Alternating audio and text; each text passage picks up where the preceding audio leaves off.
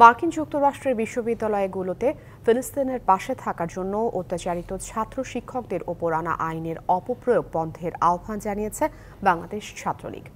দুপুরে ঢাকা বিশ্ববিদ্যালয়ের মধুর ক্যান্টিনে স্বাধীন ফিলিস্তিন রাষ্ট্র প্রতিষ্ঠার দাবিতে চলমান ছাত্র আন্দোলনের প্রতি সমর্থন জানিয়ে সংবাদ সম্মেলন করে ছাত্রলীগ। যুদ্ধের জন্য হাতিয়ারে বিনিয়োগ না করে সেই অর্থ শিক্ষায় বিনিয়োগ করার আহ্বান জানানো হয়। এছাড়া স্বাধীন ফিলিস্তিন রাষ্ট্রের দাবির সাথে একাত্মতা প্রকাশ করে দেশের সকল শিক্ষা প্রতিষ্ঠানে সোমবার ফিলিস্তিনের পতাকা উত্তোলন, পদযাত্রা এবং ছাত্র সমাবেশের কর্মসূচি দেওয়া হয়।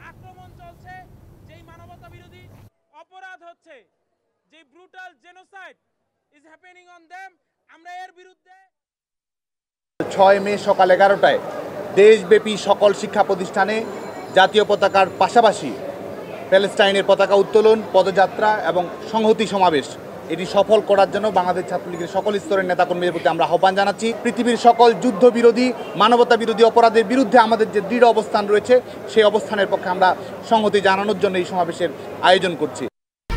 1, 2, 3 ঢাকায় জমি জিতে নিন 100% ক্যাশব্যাক সহ 20 কোটি টাকার পুরস্কার।